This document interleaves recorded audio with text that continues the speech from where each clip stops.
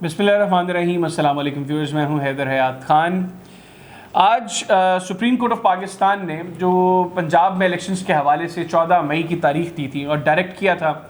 वफाकी हुकूमत को कि वो इलेक्शन कमीशन ऑफ पाकिस्तान को 10 तारीख का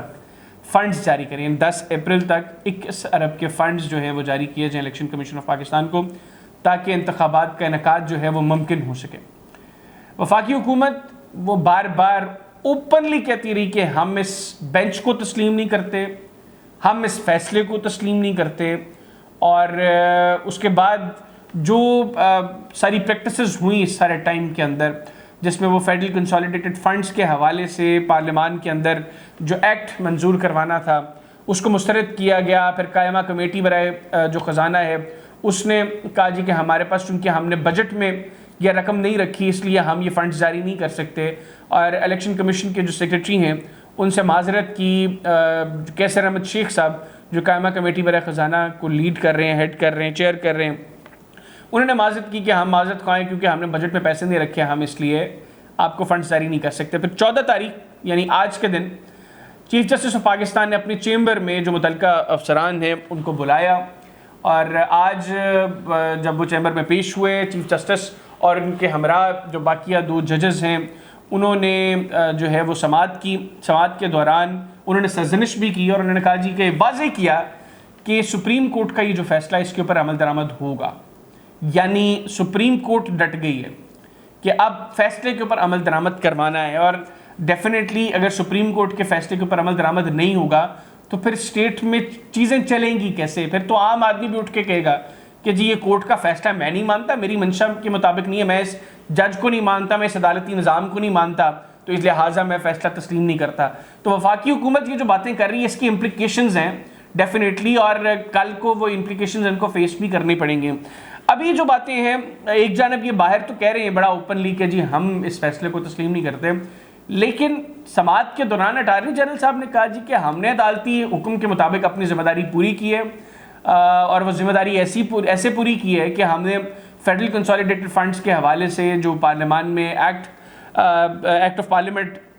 जो है वो जारी करने के लिए ज़रूरत होती है तो वो पार्लियामेंट में उसको मुस्तरद कर लिया एक्ट ऑफ पार्लियामेंट को। लिहाजा बिल मुस्तरद होने के बाद वफाकी हुकूमत इसको फ़ंड्स जारी नहीं कर सकती इस हवाले से। और स्टेट बैंक को वफाकी हुकूमत, चूँकि स्टेट बैंक एक ऑटोनमस बॉडी है, तो स्टेट बैंक जो है उसको वफाकी हुकूमत डायरेक्ट नहीं कर सकती कि वो किसी को फ़ंड्स जारी करे। तो स्टेट बैंक को वफाकी हुकूमत ने नहीं डायरेक्ट किया, अलबत्ता चीफ जस्टिस ऑफ पाकिस्तान और उनके हमरा जो बकिया 2 जजेस हैं, जो 3 रुकनी बेंच है जो इस सारे केस को देख रहा था, उन्होंने सुप्रीम कोर्ट को अभी हुक्म दिया है कि वो ये 21 अरब के फ़ंड्स जो हैं वो जारी करेंगे। इस हवाले से एक तो तीनों जजेस ने बड़ा कैटेगोरिकली क्लियर किया है कि जो अदालती हुक्म है इसको जो है वो इसके ऊपर अमल दरामद होगा। उन्होंने वजारत ख़जाना को इंतखाबात के लिए रकम AGPR के अकाउंट में ट्रांसफ़र करने की हिदायत करते हुए पीर तक 1 सतर की रिपोर्ट तलब कर ली है जिसमें लिखा हो कि फ़ंड्स जारी हो चुके हैं और AGPR की रकम जो है वो इलेक्शन कमीशन ऑफ पाकिस्तान को जारी होगी AGPR के अकाउंट से, फिर इलेक्शन का इनेकाद होगा। अभी जो सिचुएशन है लग ये रहा है कि वफाकी हुकूमत वो जो कुछ प्लान कर रही है सारे मामला तो उल्टे पड़ रहे हैं। अभी आज एक इजलास भी तलब किया गया है वफाकी हुकूमत का जो 26 तारीख को होना था, लेकिन अब आज वो इजलास तलब किया गया है। उसमें आम कानून साजियों के हवाले से बातें हो रही हैं, कुछ आम कानून साजियाँ होंगी, लेकिन जैसी भी कानून साजियाँ हों अल्टीमेटली सुप्रीम कोर्ट का जो हुक्म है वो भी कहीं ना कहीं प्रिवेल करेगा।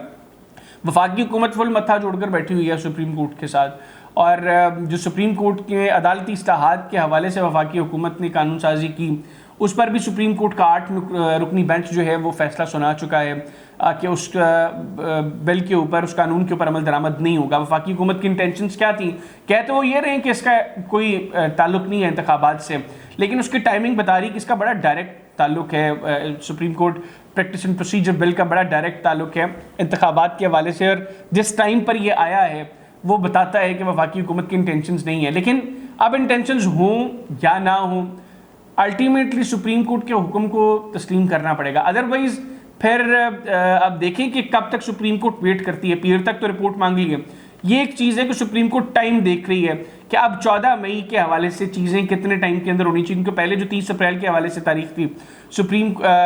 इलेक्शन कमीशन और वफाकी हुकूमत और पंजाब में जो निगरान हुकूमत है वो जिस तरीके से मामला को लेकर चल रही थी, तो 30 अप्रैल को तो इलेक्शन करवाना नामुमकिन हो गया था। तो सुप्रीम कोर्ट ने अब 14 मई की जो तारीख दी है उसमें अब देख रही है सुप्रीम कोर्ट के चीज़ें किस किस स्टेज के ऊपर क्या क्या रिक्वायर्ड हैं।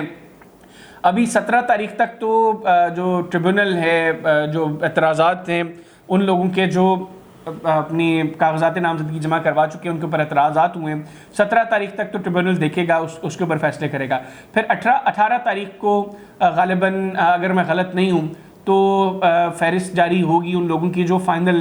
कैंडिडेट्स हैं, और 19 तारीख को निशान अलॉट कर दिए जाएंगे। अभी जो है सुप्रीम कोर्ट ने पीर तक फंड्स के हवाले से रिपोर्ट तलब कर ली है, तो लग ये रहा है कि सुप्रीम कोर्ट की इंटेंशन है कि विद इन टाइम अब सारी चीज़ों को मेक श्योर किया जाए कि चीज़ें विद इन टाइम हो रही हैं, ताकि आगे 14 मई के हवाले से हुकूमत के पास कोई इस तरह का मामला ना हो जिसमें हुकूमत राह फरार अख्तियार कर सके। और दूसरी अहम चीज़ ये है, हमने कुछ माहिर कानून से भी इसको डिस्कस किया है कि अगर सुप्रीम कोर्ट के इस हुक्म के ऊपर अमल दरामद नहीं किया जाता, फिर बहुत से लोग हैं जो सैक होंगे अदालती हुक्म के मुताबिक, क्योंकि अल्टीमेटली अभी भी अगर हम इस स्टेज के ऊपर भी देखें तो वफाकी हुकूमत जो बहुत इस तरीके से बातें कर रही थी कि जिस तरह सुप्रीम कोर्ट का जो मर्जी ऑर्डर आ जाए हम तो उसको तस्लीम नहीं करने लगे। उन्होंने भी आज अटॉर्नी जनरल साहब ने भी कहा जी कि हमने अपनी जिम्मेदारी पूरी की है, हमने अदालती हुक्म को तस्लीम किया, यानी आपकी मर्जी आपकी मंशा हो या ना हो आपने हुक्म को तस्लीम करना है। अब देखते हैं कि इसके आज जो पार्लियामेंट का इजलास बुलाया गया है उसमें कौन सी अहम कानून साजियाँ होंगी और हुकूमत किस तरीके से इसके ऊपर रिएक्ट करती है। लेकिन सो फार जो सिचुएशन है, आएँ करें बाएँ करें या शाएँ करें, इंतखाबात आपको करवाने पड़ेंगे। बहुत शुक्रिया।